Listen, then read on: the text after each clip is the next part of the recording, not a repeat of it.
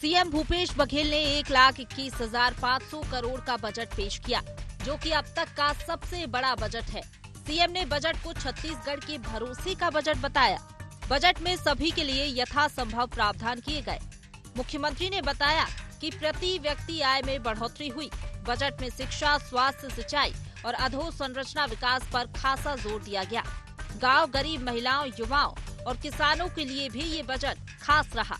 युवाओं के लिए बेरोजगारी भत्ता हो या निराश्रित पेंशन राशि में वृद्धि, सब कुछ इस बजट में दिया गया।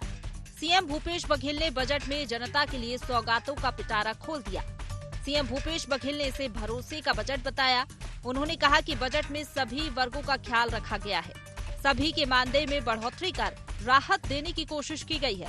सीएम भूपेश ने इसके साथ ही साथ विपक्ष पर प्रभु राम के सहारे वोट मांगने का आरोप भी लगाया। मुख्यमंत्री भूपेश बघेल ने बतौर वित्त मंत्री आज प्रदेश का बजट पेश किया है। इस बजट को भरोसे का बजट बताया जा रहा है। किस तरह से ये भरोसे का बजट है, ये जानेंगे सीधे मुख्यमंत्री भूपेश बघेल जी से। सर, भरोसे का बजट इससे कहा गया है? इसलिए कहा गया है कि हमने किसानों के साथ न्याय किया, हमने मजदूरों के साथ न्याय किया, हमने पशुपालकों के साथ न्याय किया, हमने जो लघु उपज संग्राहक है, तेंदुपत्ता संग्राहक, उसके साथ न्याय किया है। अब बेरोजगारों के साथ हमने न्याय किया है और जितने भी आंगनबाड़ी कार्यकर्ता, मितानिन, कोटवार, पटेल, होमगार्ड, सबके साथ हमने न्याय किया है। तो भरोसे का, इसलिए मैं कहता हूँ कि भरोसे का बजट है। सर, एक बहुत खूबसूरत तस्वीर आज देखने को मिली है। आंगनबाड़ी कार्यकर्ता जो कल आंदोलनरत थी, आज गुलाल खेल के होली मना रही है, जश्न मना रही है। सर, होली का त्योहार भी है और मौका भी है और दस्तूर भी है। तो होली का मौसम भी है और उसकी घोषणाएं हुई, जिस प्रकार से बजट प्रस्तुत हुआ, तो उसमें तो खुशी तो छलकना ही है।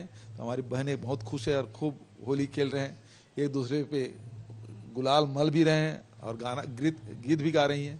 तो बहुत अच्छा समय में ये बजट प्रस्तुत हुआ और सबके घरों में खुशियां मिली है। तो सबको बधाई। आंगनवाड़ी कार्यकर्ता बजट में हुए नए प्रावधानों से काफी खुश नजर आई और कार्यकर्ताओं ने एक दूसरे को गुलाल लगाकर होली से पहले होली मनाई।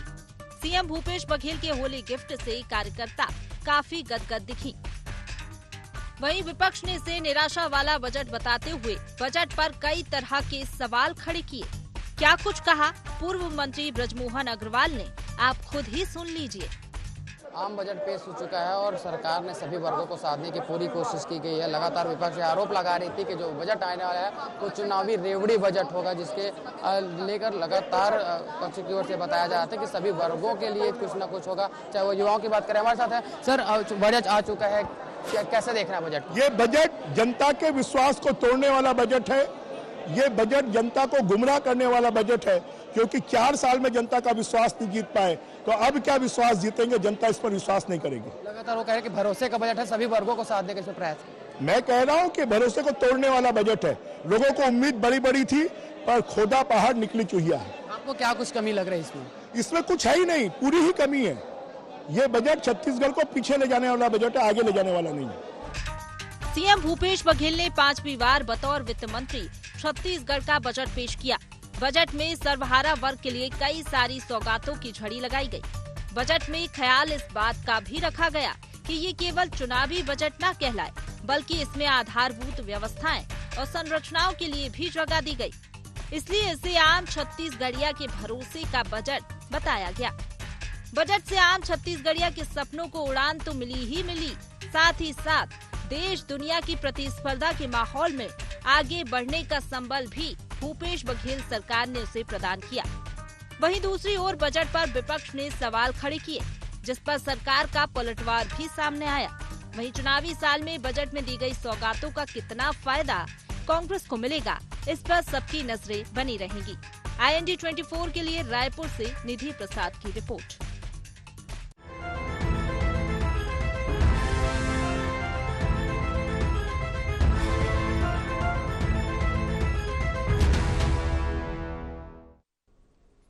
नमस्कार, गुहार छत्तीसगढ़ भरोसे का बजट में आप सभी का स्वागत है। मैं हूं आपके साथ दिव्यांशु जोशी।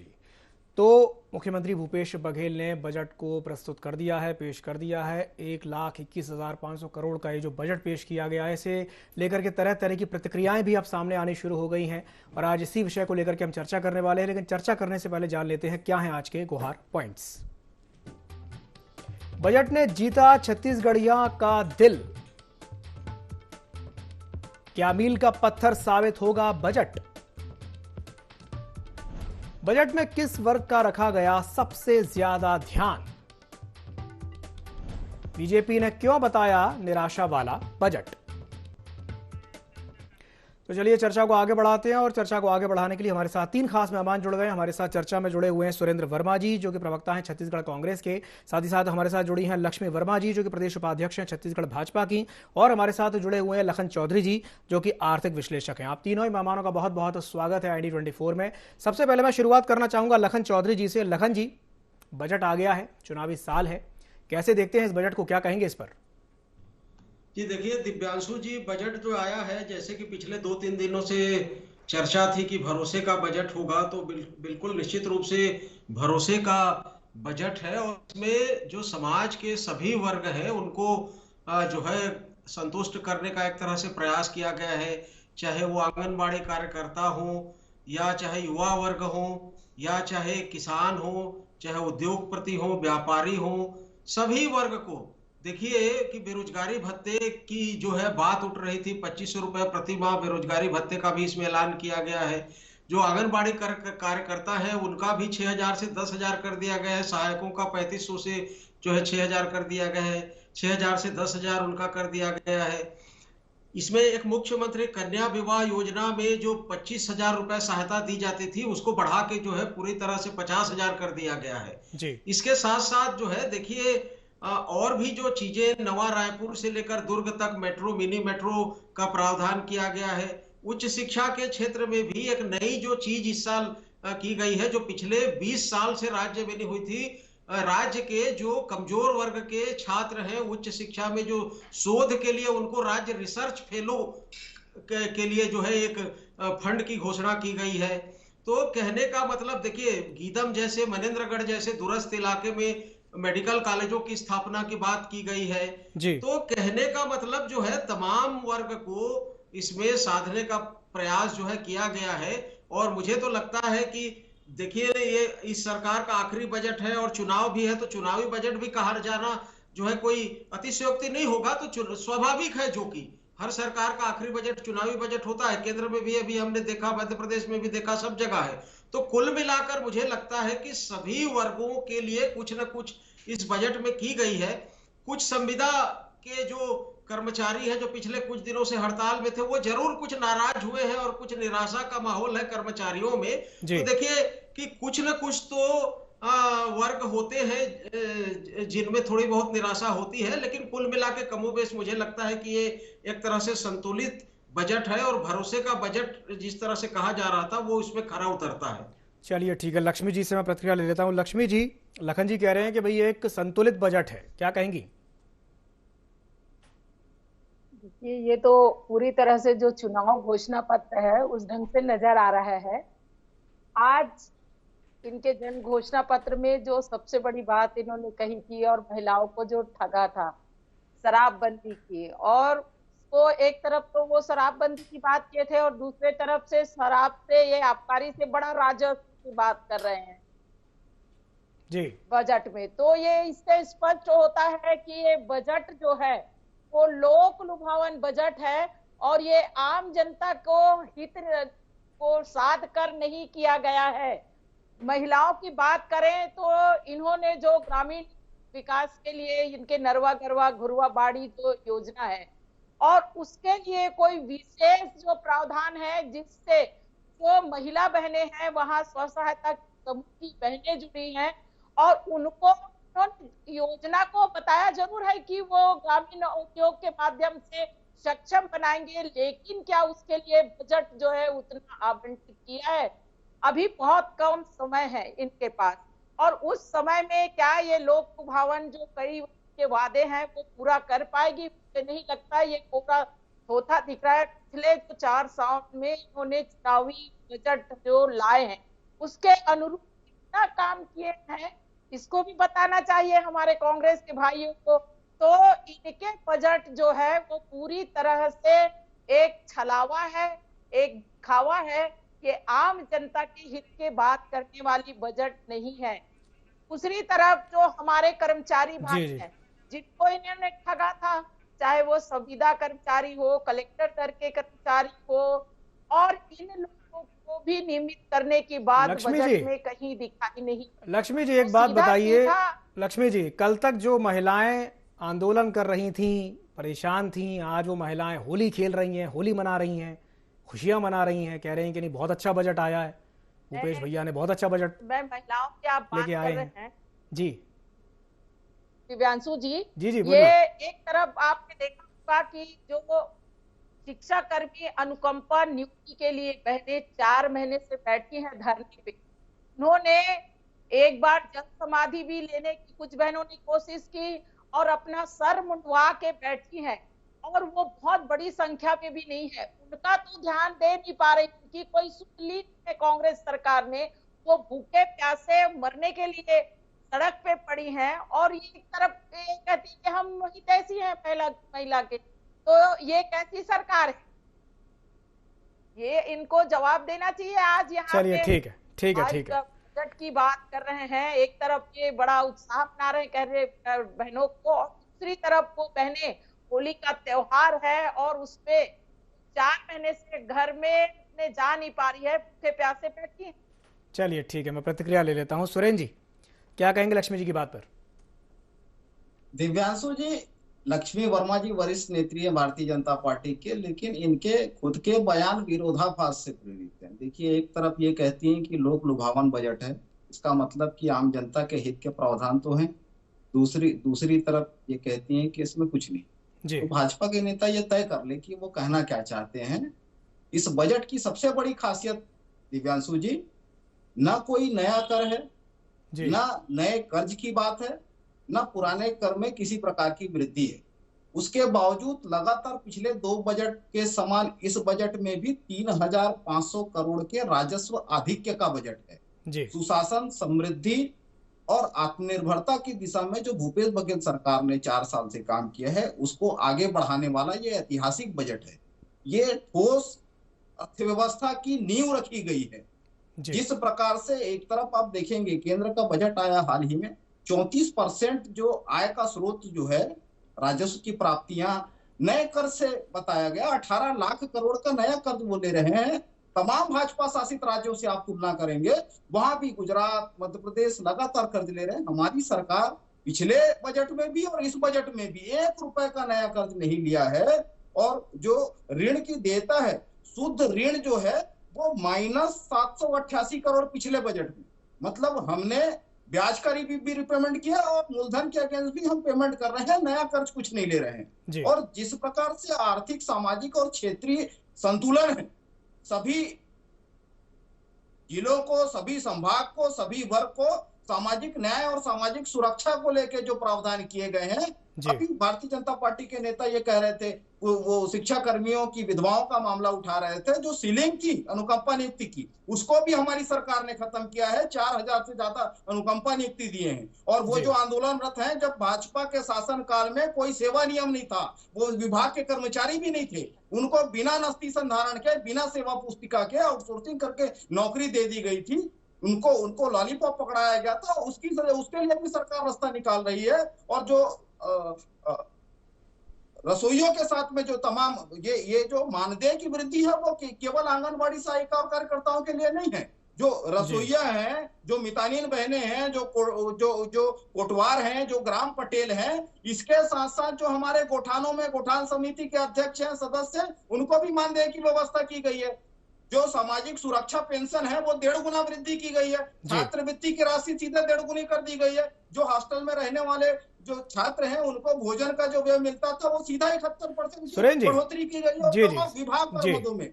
सुरेंद्र जी, विपक्ष ये कह रहा है कि शिक्षक जी जी, विपक्ष ये कह रहा है कि भाई कर्मचारियों के लिए आपने इसमें क्या कहा है? कर्मचारियों के लिए कोई ऐसी बड़ी बात नहीं कही, जो अनियमित कर्मचारी हैं, जो संविदा कर्मचारी हैं, उनको नियमित करने को लेकर के ऐसा कुछ नहीं कहा गया। और दूसरी बात ये भी वो बोल रहे हैं कि सड़कों को लेकर के अक्सर बात कही जाती है कि भाई छत्तीसगढ़ में सड़कों की क्या स्थिति है।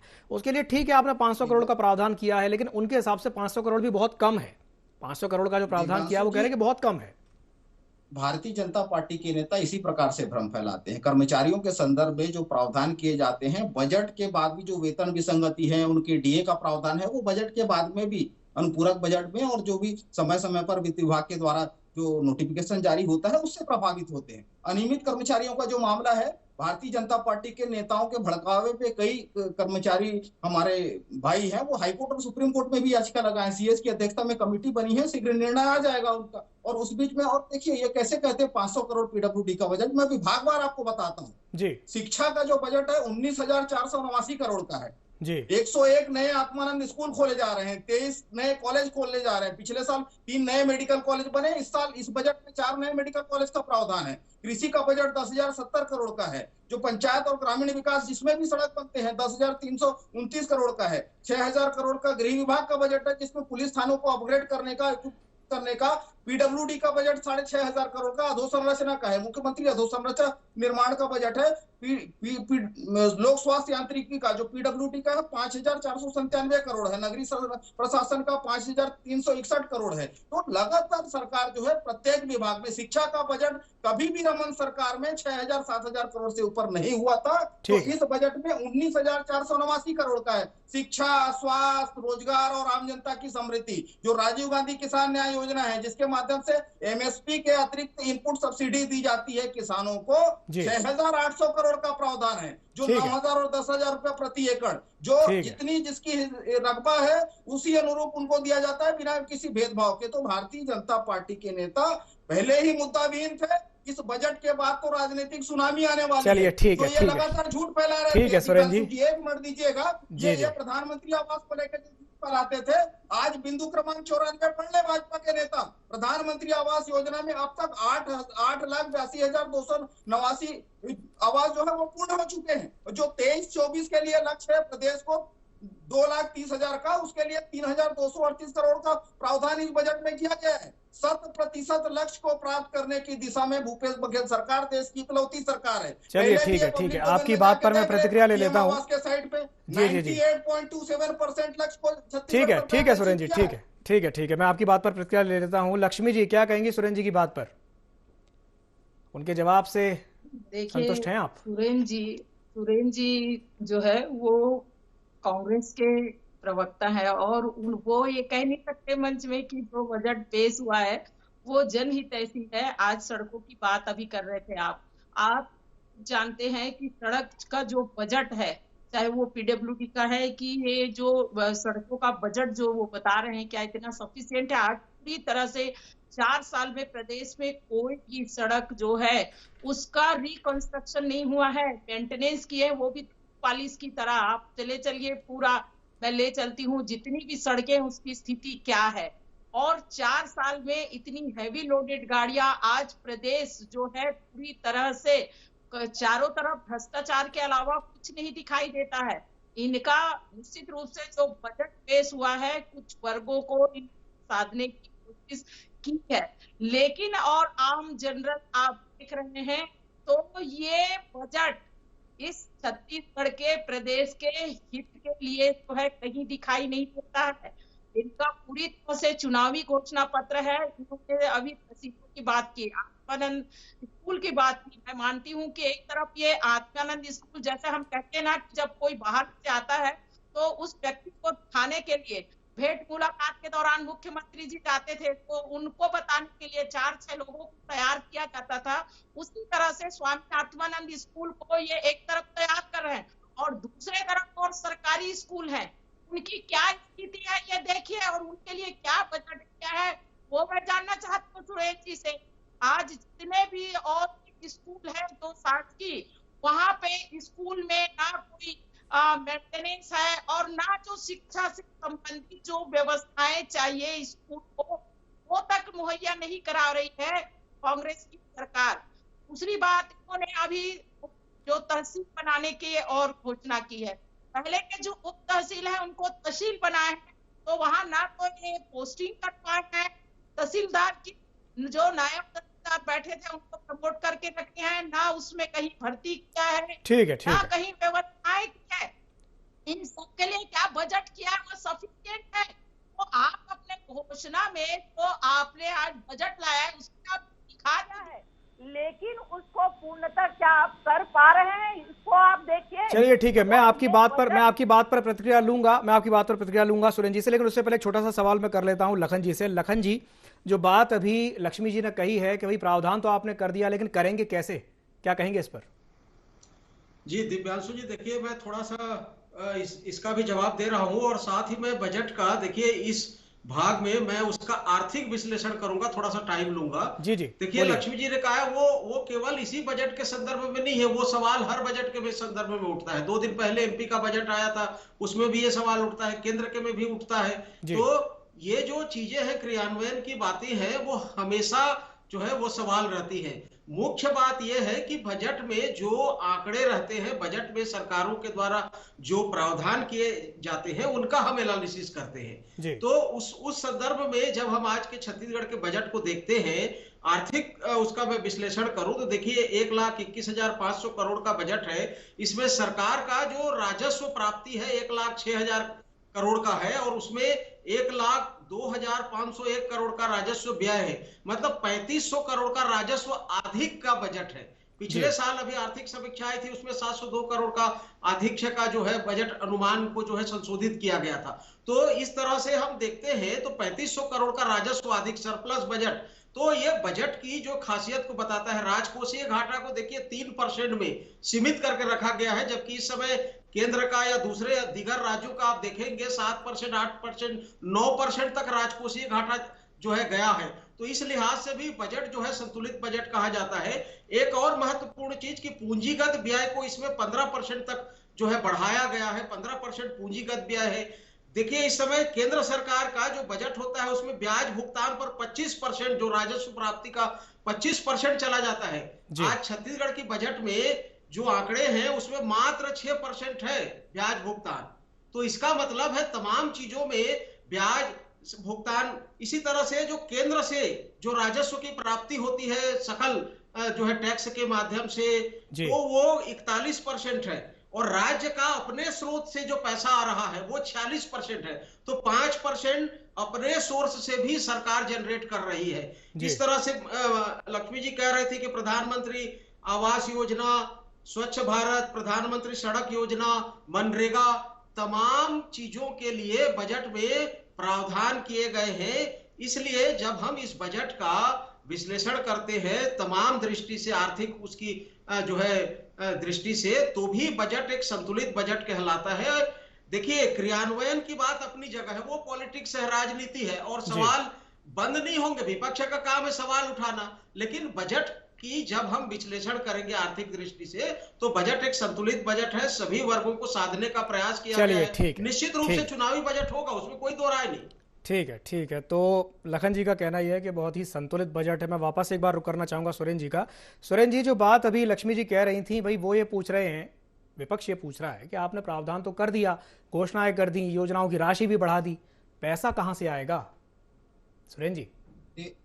दिव्यांशु जी, इसकी ठोस व्यवस्था जो है भूपेश बघेल सरकार ने कर ली है। जिस प्रकार से स्वयं के का जो राजस्व कलेक्शन होता है उसमें 26% की ऐतिहासिक वृद्धि जी। ये आज तक के छत्तीसगढ़ बनने के बाद से आज तक का ये रिकॉर्ड है कि अपने स्रोत में जो कुल स्रोत है जहाँ राजस्व प्राप्ति का, उसमें 56,200 करोड़ राज्य के राजस्व हेड से आने का है। आपको याद होगा जीएसटी से पहले वाणिज्यिक कर होता था, वैट होता था, वो राज्य सरकार के आय का प्रमुख स्रोत होता था, लेकिन जीएसटी के बाद वो खत्म हो गया। लेकिन ये भूपेश बघेल सरकार का ये पुरुषार्थ है कि राज्य की अर्थव्यवस्था को पटरी में लाके सरप्लस बजट बनाने का 3,500 करोड़ का, जैसा लखन चौधरी जी वरिष्ठ राजनीतिक आर्थिक विश्लेषक है, उन्होंने कहा ये उपलब्धि है राज्य की। 2-3 जवाब मैं लक्ष्मी जी के सवालों का देना चाहूंगा। ये वही प्रदेश है दिव्यांशु जी, जहां रमन सरकार में 3000 से ज्यादा सरकारी स्कूल बंद किए गए थे, उन सभी स्कूलों को हमने शुरू कराया। 245 स्वामी आत्मानंद अंग्रेजी स्कूल शुरू हुए।